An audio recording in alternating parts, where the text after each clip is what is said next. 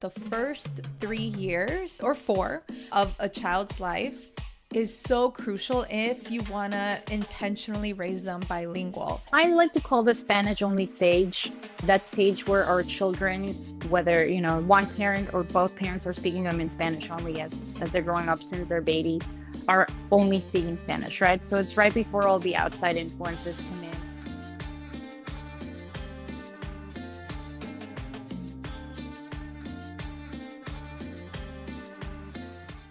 Hola, hola, amiga. Welcome to another episode of the Viva la Mami podcast. I'm your host, Jessica Cuevas, and today I have a very special guest on the show.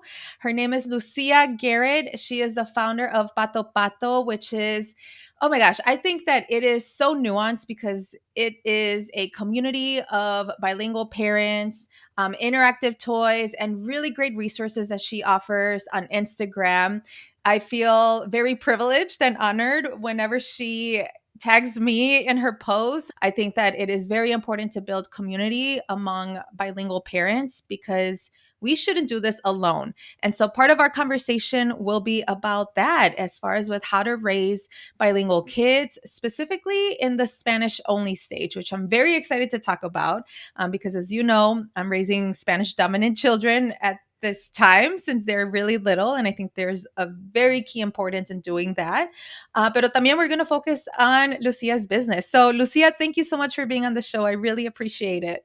Thank you so much for having me. And like you said, I think it's amazing that I can be here and be part of your community too, and say hi to the people that follow you and kind of touch on all of these things that we don't have in common. I feel like a lot of the times we feel a little isolated, and it's important to know that there are other moms, doing the same thing as us. So it's amazing to be here, and thank you. Yes, absolutely. Thank you. Well, Lucia, before we delve into the conversation, if you can introduce yourself to our listeners, tell us a little bit more about you, where you live, where you grew up, your family, y toda la cosa. I was born in Argentina, in Buenos Aires. When I was two, my family moved to Mexico City, and so I consider myself Mexican. I'm an honorary Mexican. Every time anybody asks me, where I'm from Mexico. That's my people. And I was there until I was 17, speaking no English, by the way. Moved to LA.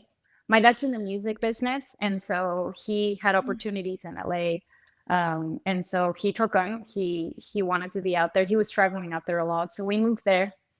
And I started my senior year in high school, having read The Call of the Wild and all of the class, like fumbling my way through the classics in English, and that's the English that I knew, And so I got to school, Wow.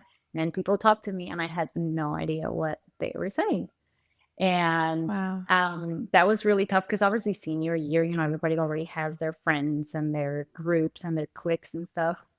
And it was such a culture shock too, because it's all of those things that I had seen in movies like were real. There were all of these like cliques and groups. And I got lucky that I found a group of Latino kids actually, um, that I became really close with, all of them from different places in Latin America, which was awesome too.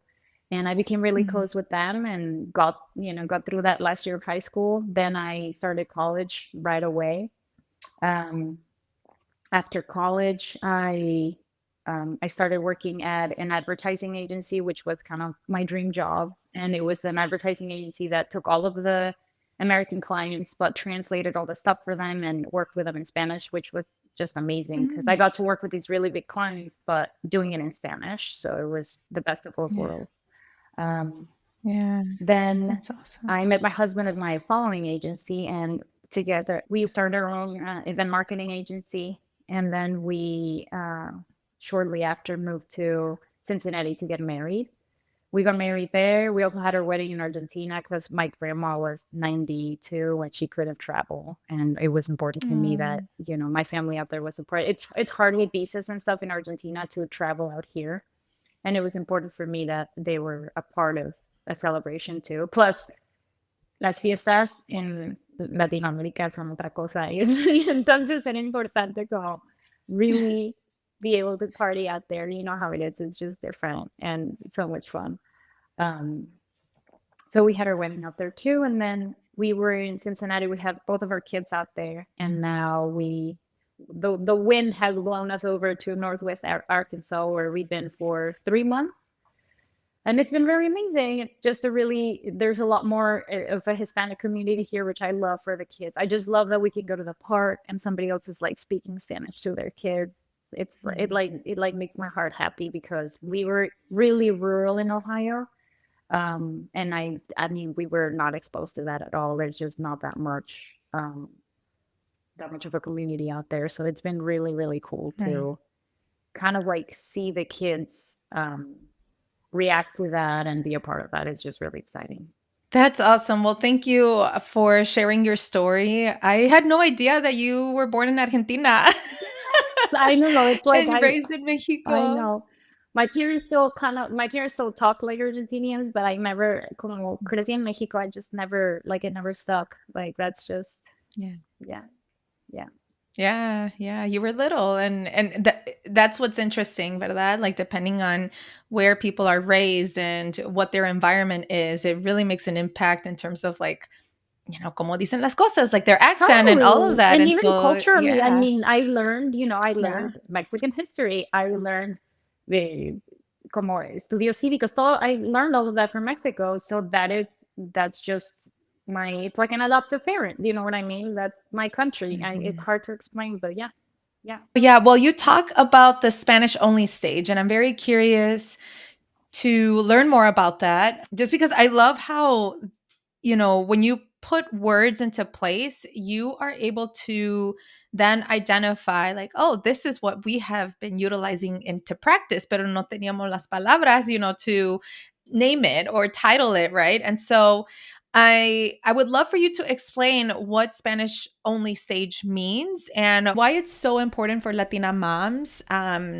to utilize this in that period of their kids' lives. Totally. So I like to call the Spanish only stage, that stage where our children, whether, one parent or both parents are speaking them in Spanish only as they're growing up since they're babies, are only speaking Spanish, right? So it's right before all the outside influences come in and they start picking up English because when English takes over, it does it really fast. And so what makes that stage really crucial, and it is actually research backed, is that what we're doing is we're giving Spanish a head start, right? And so once English takes over, Spanish has really strong roots, and we're able to carry that bilingualism longer into their lives rather than just doing both languages from the beginning when a child speaks Spanish first, which is the minority language. Soon it won't be for you, but right now, right, being in the US, I think it's really important that we give its place to the minority language and we give it that head start so it will stick. Yeah, that's amazing, and it makes so much sense, ¿verdad? And I, the way that I've been interpreting it is like they are Spanish dominant, and I just love what you're mentioning, like how you're. I don't know if you coined it or whatever, but the Spanish only stage. I think that's really cool, and I think that that is so important. Mateo is part of a research study, part of Loyola University in Chicago. And right now, being that we are local, what the researchers do is that they visit us and they do this kind of like session where they record, they record our interactions. They utilize play based like research where they present some toys and then we like play with the toys and just really understanding how we're interacting with our kids. And based on their research, and right now they're like expanding on it more and they're trying to collect more people to participate in that research. But based on what they've discovered so far is that the first 3 years or four of a child's life is so crucial if you want to intentionally raise them bilingual. And I think that as they are bilingual, essentially they will be able to identify as that way.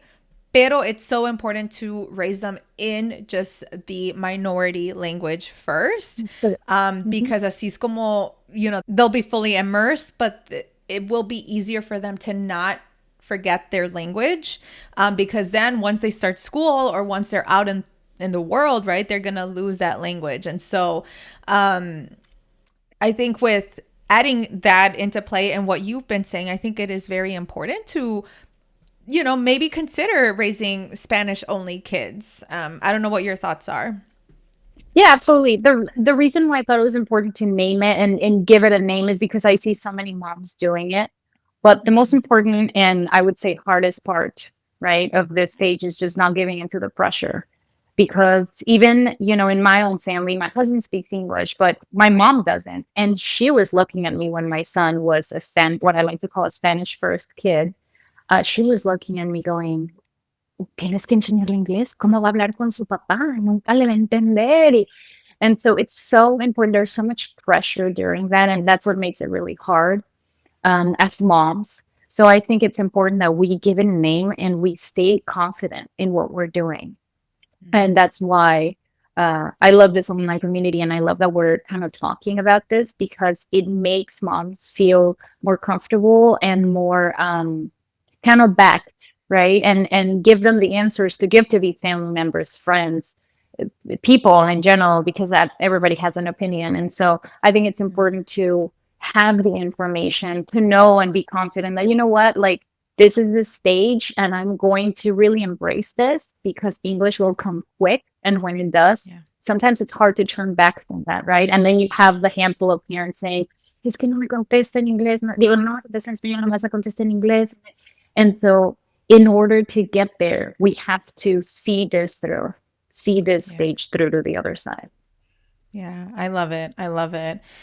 And you mentioned a little bit about moms perhaps feeling guilty because they don't do enough. And I completely agree. Right now, I feel kind of empowered, just because we're in this transition of like moving to the motherland, ¿verdad? I'm not going to struggle as much. Now I'm like, oh man, maybe I'm going to struggle with the English part. And now we're going to have to reverse our language plan, ¿verdad? Pero oftentimes a lot of moms feel guilty because they're not doing enough and raising Spanish dominant kids or even like bilingual kids, or they regret not raising them bilingual.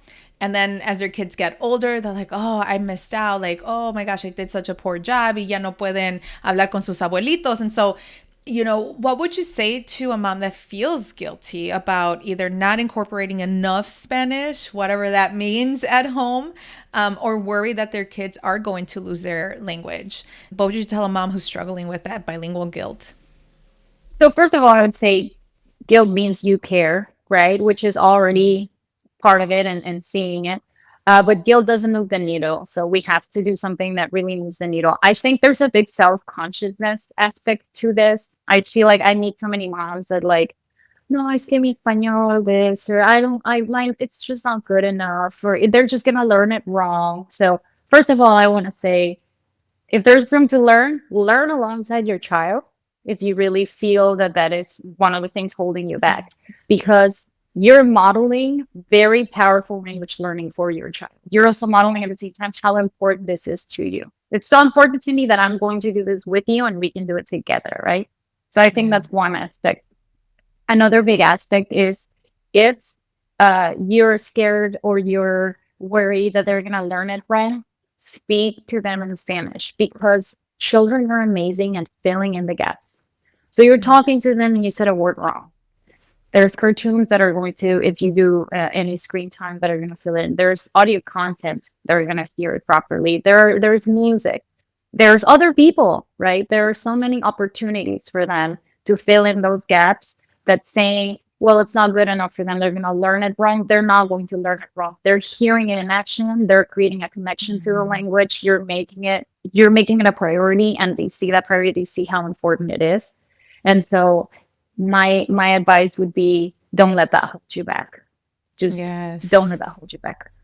Absolutely. Like there's no perfect manual, in raising a bilingual child. Yes, there's resources. Yes, there is a community out there like you and me and so many other people that are active on social media specifically, but there's also books, there's podcasts, there's like a plethora of like resources out there. Pero también, like, there isn't a specific right or wrong way of raising a bilingual child. And I love that you say that, our kids are able to fill in the gaps. And I totally agree. Como yo ahorita me considero like more English dominant. I would say since I was maybe 10 years old, because that was all what I was exposed to in school. And as you know, kids spend a lot of time in school more than home. And even though we did speak Spanish at home, specifically with my grandma when she used to babysit us, like she was our caregiver, we would mostly speak, you know, half and half between English and Spanish to my parents because they understood it, but they would still respond in Spanish. And to say that, and now us raising, you know, Spanish first, Spanish dominant children, you know, it is very hard porque hay veces que I'm like, oh my gosh, yo ni sé I don't even know the word. And so I'm here asking Siri on the quicks, and this Siri is Española Castellano, you know. And then Google Translate is like, I don't know what Google Translate is, pero you know, it's cute that my kids get to see that they know that I am not perfect and we're both learning this together. Like the other day we were watching El Rey León and I was like, oh, está gritando el león. And Diego was like, no, mami, está rugiendo. And I'm just like, okay, that's right. That's amazing.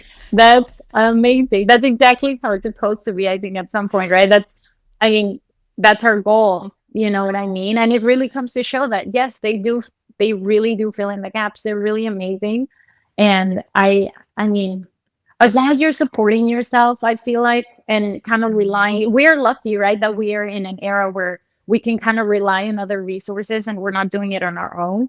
And that's what makes it a complete picture for the child as well, right? And that's what fills in those gaps. So I absolutely love that. Yeah, that's awesome.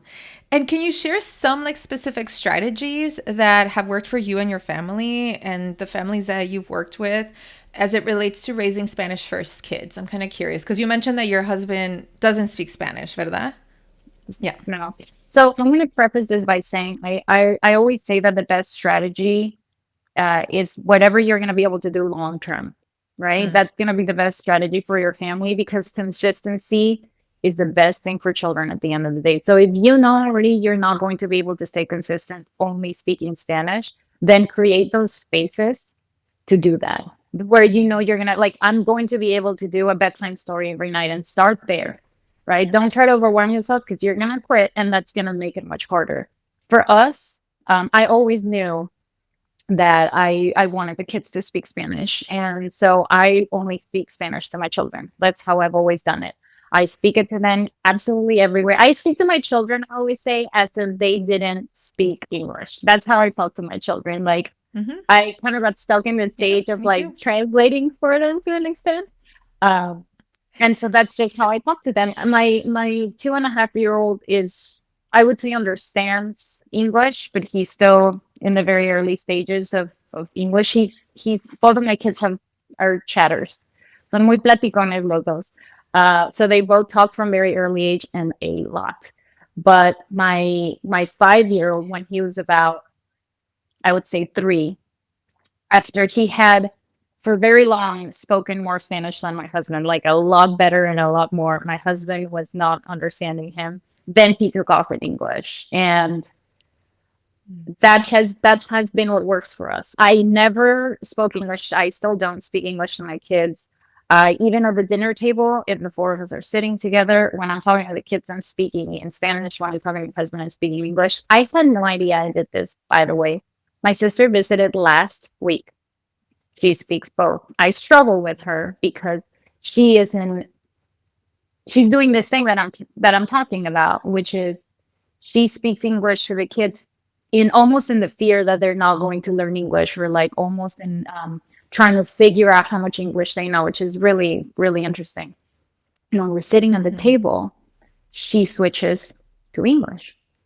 And so we, at the 4th dinner we're having, I look at her and I'm like, why are you talking English? And she goes, well, your husband is here. And I'm like, he's fine. Like, he's picked up a bunch along the way. He gets it contextually. He's fine. And he agreed with me, which was really funny because it's just been such like second nature that I never even realized. Like now that other people are coming in and kind of like addressing the whole table in English, I'm like, I never switched with them. And so, yes, we had that stage where it's almost heartbreaking, where you go to the park and your child is, 3, and he's trying to make friends and kids are apart. I mean, I had kids look at my kid and go, I don't know what you're saying, straight up. So I always Mhm. stayed really Mhm. close. I always translated for my kid. I always made sure he was, because kids at the end of the day do understand themselves somehow. It's more those older kids that are like, I don't know what you're Yeah. saying. Um, we homeschooled, so it's a little different for us in that regard. I have a lot of posts coming up about school starting in English, how to prepare. I have parents on one hand saying, my kid's starting school in English. Is he going to lose his Spanish? And I have parents Mm. saying, my kid's starting school in English, but he doesn't speak English. What do I do? So you have that duality and real situations that are coming in, different perspectives on the same situation. We Yeah. homeschool in Spanish, so we kind of have that um, kind of more grace in a sense, right? I can give myself a little bit more grace in the Spanish only stage and kind of extending that as far as I can. But speaking Spanish is what I have done. Like that would be Yeah. the biggest recommendation, right? My kids have heard Yeah. English between me and my husband, and even I have parents that come and say, "Well, my husband also speaks Spanish." Then where are they going to hear English? You go to the store, you go to the doctor, Mhm. they hear it from the park. They like, I have no concern that the Mhm. children are going to pick it up, and once they do, like I said, sometimes it's hard looking back. So really embrace this bubble that they're in at this Mhm. moment, or that you can keep them in, and then once they go out in the world, like it comes really fast. So that Right, would be my right, advice. absolutely. And I think it's important to reflect on your own experience too, like as a parent. And especially if you are like either first or second generation, like not a couple generations behind where like growing up were exposed to the language and just thinking about how you've mastered English. And I think that is always like the issue, especially for the older generations, where they do worry about the new generation about, oh my gosh, like no van a saber inglés, like they're going to struggle in school, they're not going to interact with people well, and blah blah blah. And it's like, I understand that you're coming from that place because you came to this country out of survival, where you had to assimilate y toda la cosa. But now we're in this generation where, we can do a little bit of both. Or we can focus on Spanish first and then English because their world around them is English, at That's least right. here in the US, right? And so I think at the end of the day, it all depends what your intention is. And I always talk about intentionality here on the podcast.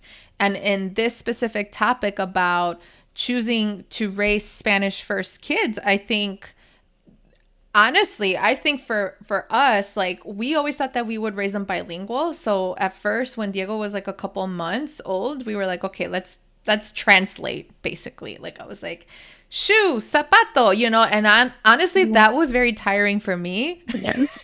And I'm like, you know what? I'm just going to do Spanish only. Like and then we'll see how this goes. And since then, we've been doing the same thing as you, Lucia. Like we're only speaking to our kids in Spanish. They read Spanish books, and even the ones que no están traducidos. I'm here using my bilingual brain, and I'm here trying to translate these Yes. books from English to Spanish, which is so hard. Yes. It really, I And mean, and I think that's also part of the kind of, let's call it the strategy, right? Kind of surround yourself and your home environment with as much as you can, because although there's a lot out there now, we're like big library people, and we got lucky that a library not very far from here has a huge selection. And I'm blown away with the amount of Spanish books, which I'm amazed and I love. But I still, my kids reading chapter books, and I am lucky that I have had the practice now to go from all the board books to the early picture books to now the chapter books, translating on the fly, because that's sometimes what you have to do. And right. I'm, I can confidently say that my now 5-year-old speaks both languages perfectly fine.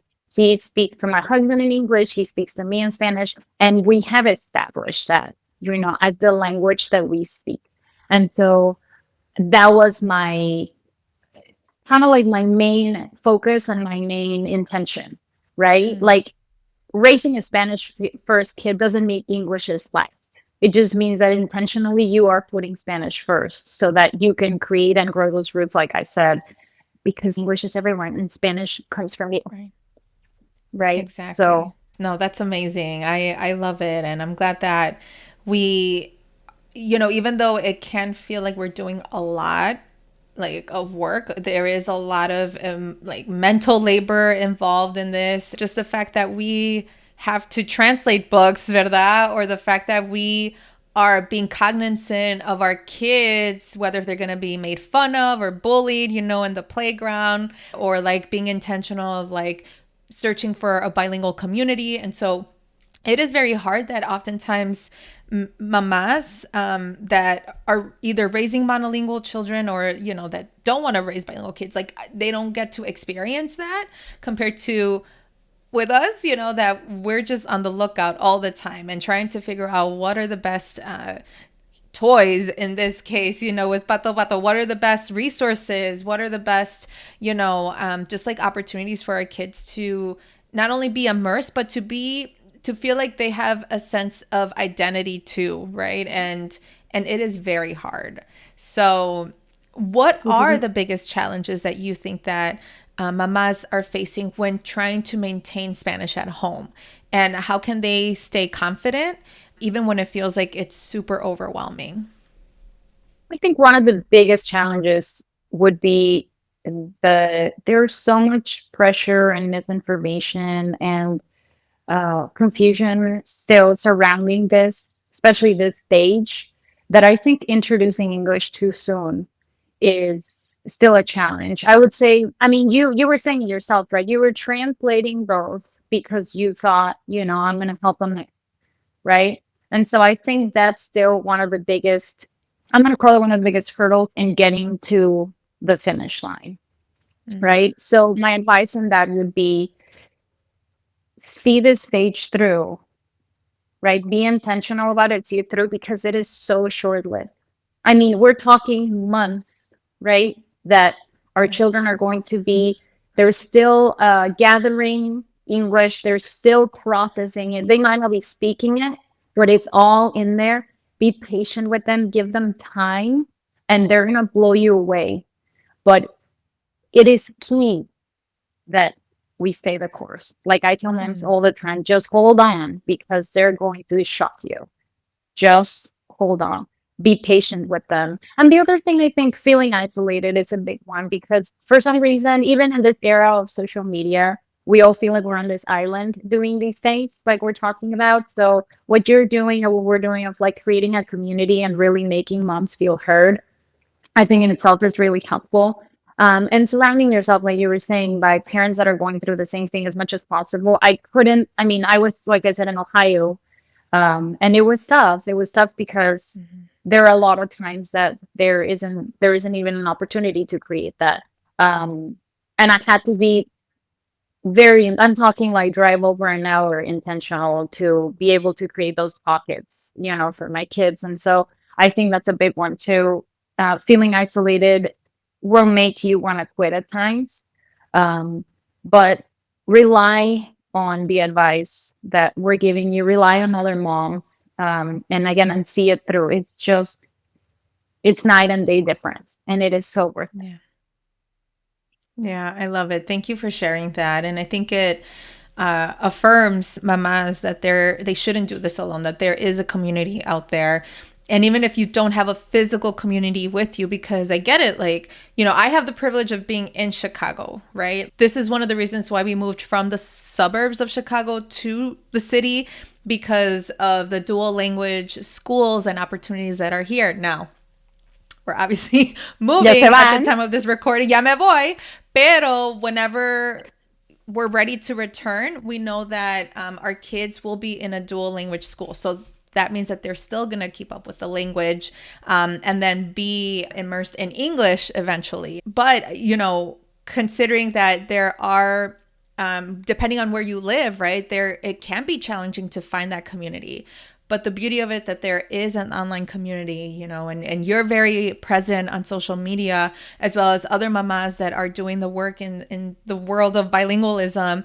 And I think that it is so important to seek that community, porque then that's when you feel like you are defeated or you feel like you're not doing enough. All the guilt comes in, and but there's still like a big population of people rooting for you and supporting you along the way. And so that's what I love about this. And for the mama who is listening, who feels like she's like behind or hasn't been consistent speaking Spanish at home to their peques, what encouragement would you give her, and where should she start today? ¿Qué es lo que le puedes recomendar? So I think bilingualism doesn't have a deadline, first of all, right? So you have moms in all sorts of situations, and there's so many social nuances to this conversation as well that like affect how we pass on our language or whether we do it or not, really.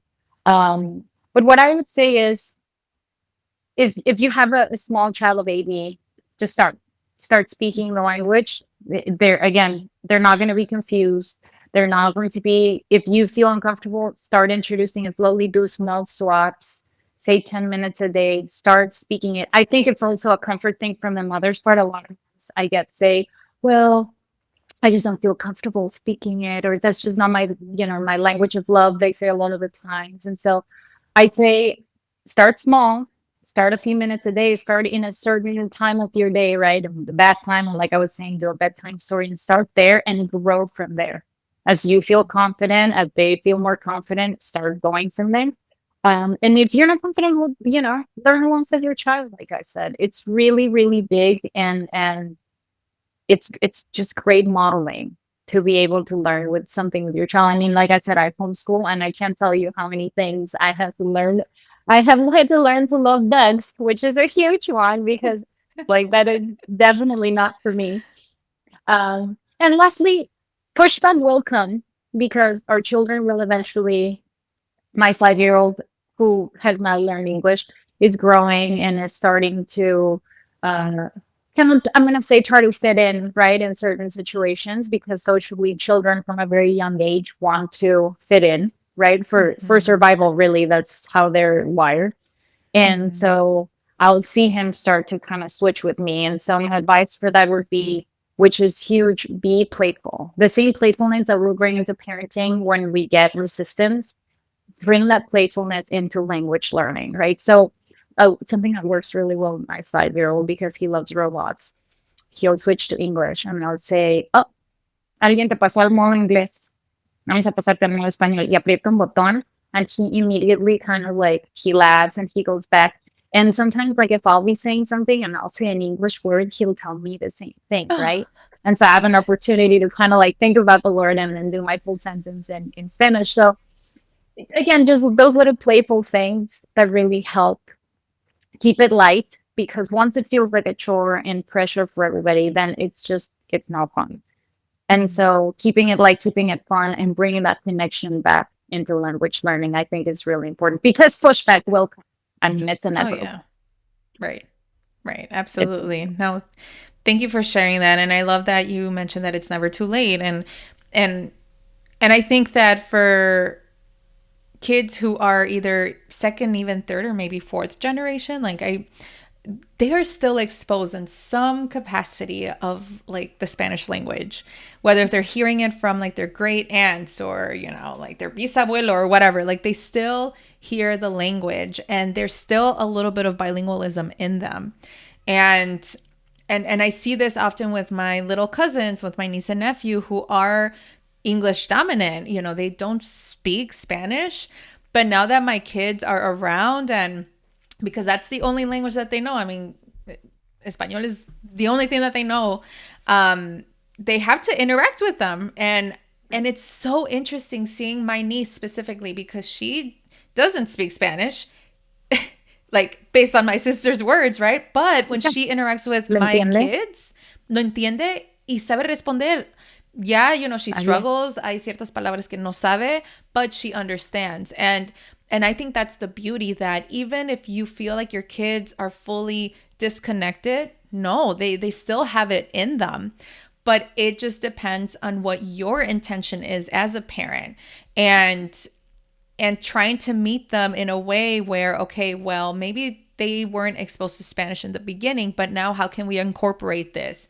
Maybe we can watch a movie once a week that's only in Spanish, or we can listen to music on the way to school. Like, these are just little things that you can implement, even though if you think that your kid has quote unquote lost the language, because I don't think that's true. At least for, us that like Latinos, for some reason, we love to keep our cultura. We love to keep, our music, our language, and that is still that connection with Spanish. I don't know what your thoughts are, Absolutely. but No, absolutely. And I think there's also a piece of like, uh, children are always absorbing, right? And they're always acquiring language, even if it's in a passive stage.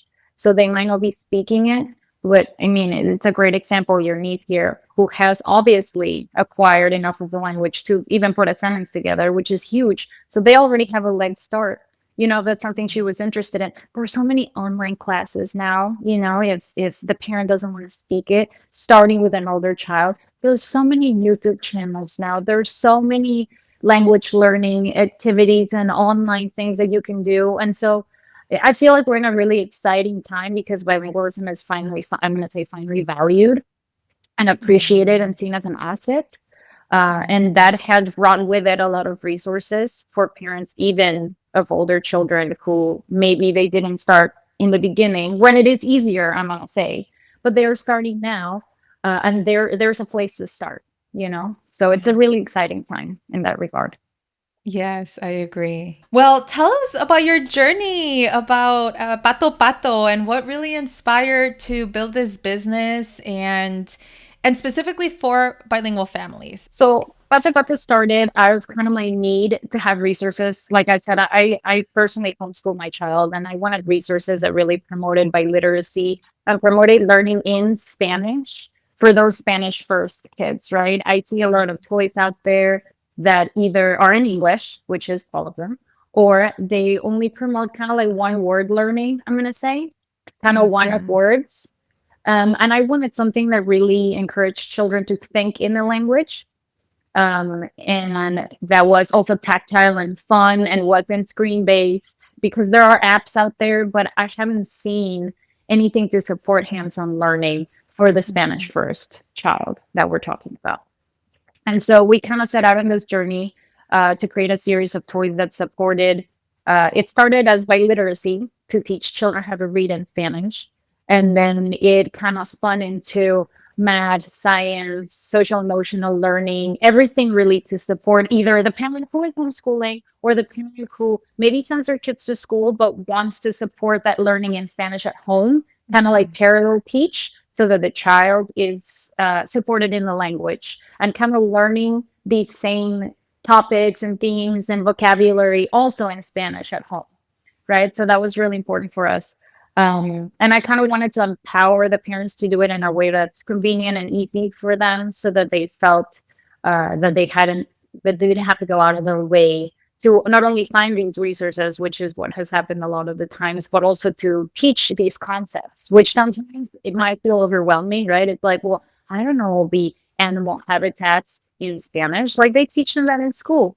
How can we make that easy for you so that the child's also learning them in Spanish and you're supporting that growth in both languages and kind of balancing the scales, I like to call it. And so what set out to be a short journey has become a very long one. Between the Kickstarter that we did last year and then the tariffs that came this year that hit us like out of nowhere, we've kind of taken that time to reimagine what the toys are going to look like, to be able to bring them to more people, make it more accessible, because they're such kind of custom toys that they are harder to produce and more custom. And so we've worked through that and some of those kinks, and we're hoping that by sooner than the end of the year, we'll be able to bring them to market. So I'm super excited. Yeah. And what really started as a journey to make toys has become so much more about adding value to the community and bringing people together, bringing resources together, making parents feel heard, and just keeping Spanish alive along the way, giving those parents confidence so that they know that the choices that they're making are the right choices. They're correct. Their gut is right. I always get parents from like, I kind of knew that this is what I should be doing, but like, I just felt, my mom was saying, or my dad, or like my in-laws, or my husband, and it's like giving them that confidence to keep going. And I think that's huge. It's Yes. been so much bigger than toys, is what I'm trying to say.